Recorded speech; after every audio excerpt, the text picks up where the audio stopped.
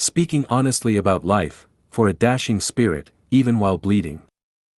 Deiform Buddha. Having experienced the Cultural Revolution, one of Chairman Mao's instructions left a profound mark on me.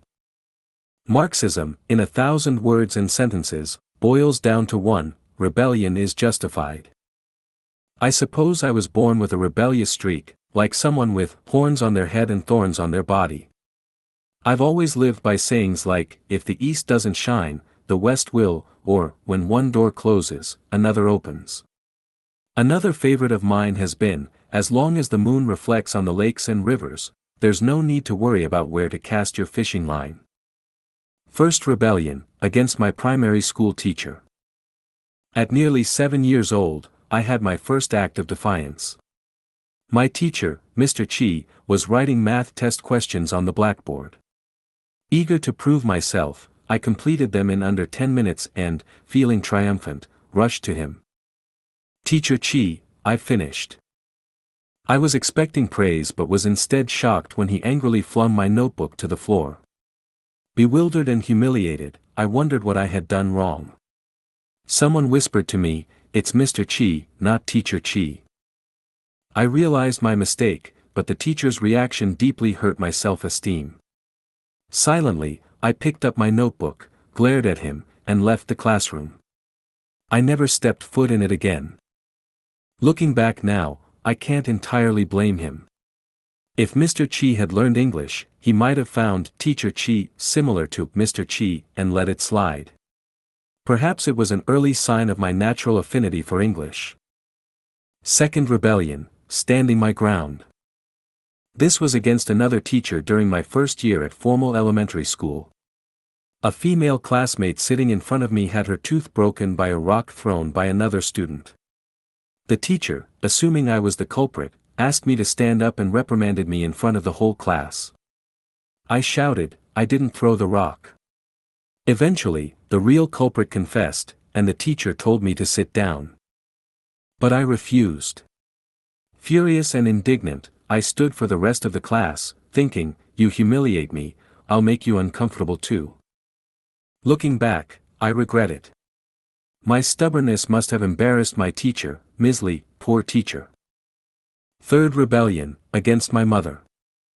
At around 9 years old, I had a quarrel with my loving and kind mother. The details are fuzzy, but I remember refusing to eat for 3 whole days, bringing her to tears. She wanted to slap me but couldn't bring herself to do it. I've written about this in detail in my heartfelt reflection commemorating the 3rd anniversary of my mother's passing. Fourth rebellion, against my boss. The 4th act of rebellion was against the head of my work unit. I had already been informally designated for the 3rd-tier leadership position. The head called me into his office, gave me a long lecture, and finally said, "You still need to be tested." I was furious. Wasn't this just a way to keep me in a subservient position? A few days later, I requested a transfer. A few months later, I was transferred to another work unit. Fine, test someone else. Fifth rebellion, abroad. The 5th time was while I was working overseas.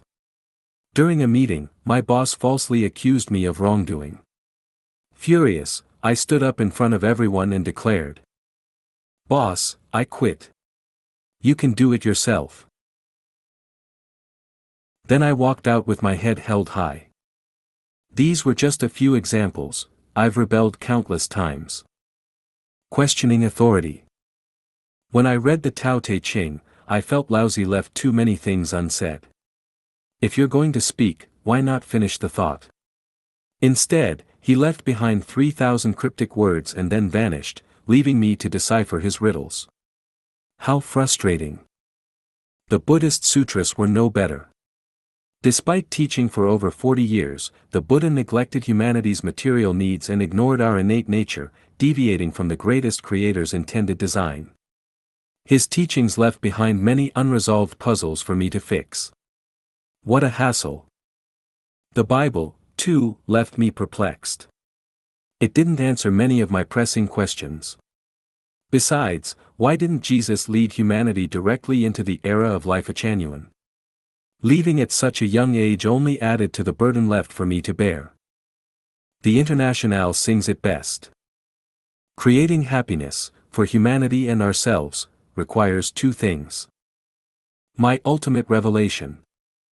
I've finally found the path. To create happiness for humanity and ourselves, we must rely on two things. The greatest creator and ourselves. Rebellion is liberating, but it comes at a cost, grace tinged with pain. Even in elegance, the wounds still bleed. Speaking honestly about life, life needs guides. Dayform Buddha. December 12, 2006. A guide is someone who shows us the way, not someone who carries us along the path. To have the fortune of encountering one or several guides in life is an immense blessing. Figures like Jesus, Sakyamuni, Muhammad, and Laozi are the greatest guides in human history. However, I want to discuss the guides we encounter in everyday life, those who may seem ordinary but illuminate critical turning points on our journey. My first guide. The first guide in my life was Lifechanyuan, the principal of Lifechanyuan Education College. Once, during a chance meeting on the road, he said to me, "Never stay long in a place that doesn't align with your ideals." This advice was like a lighthouse that illuminated my path ahead. It set me on the course of seeking an environment that suited me, helping me avoid a life of misery. His words ultimately played a role in my decision to found Lifechanyuan. My second guide. My second guide was my close friend, Xue Binyi. His thinking was unconventional, he often glimpsed a different world within commonly accepted norms.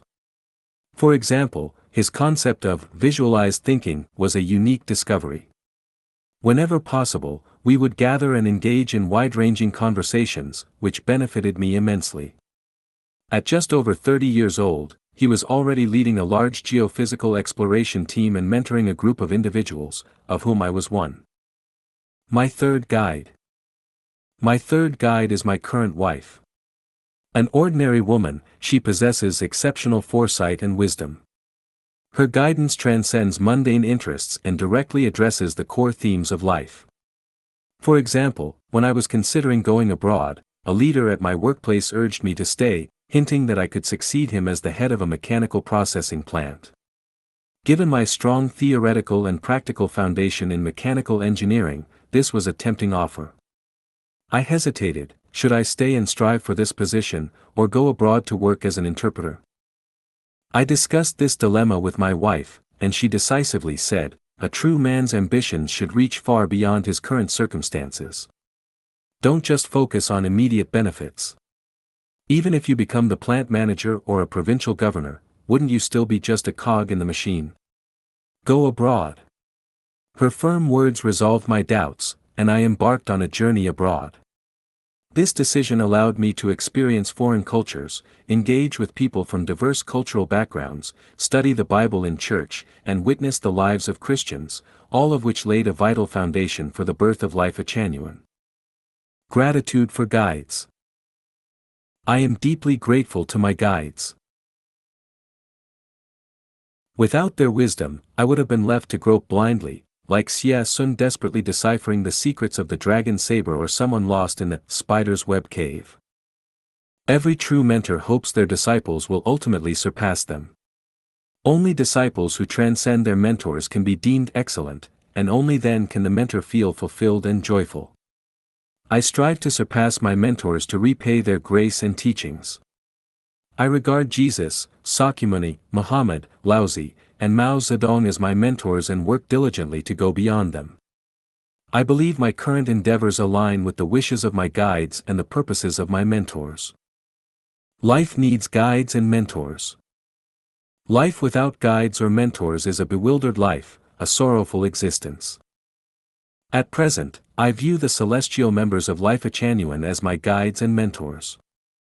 Every day, I eagerly absorb their wisdom, humor, and wit, drawing nourishment from their insightful words.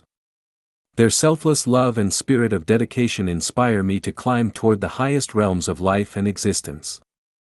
Without the soil and environment of Lifechanyuan, my life would remain barren. I will always need guides.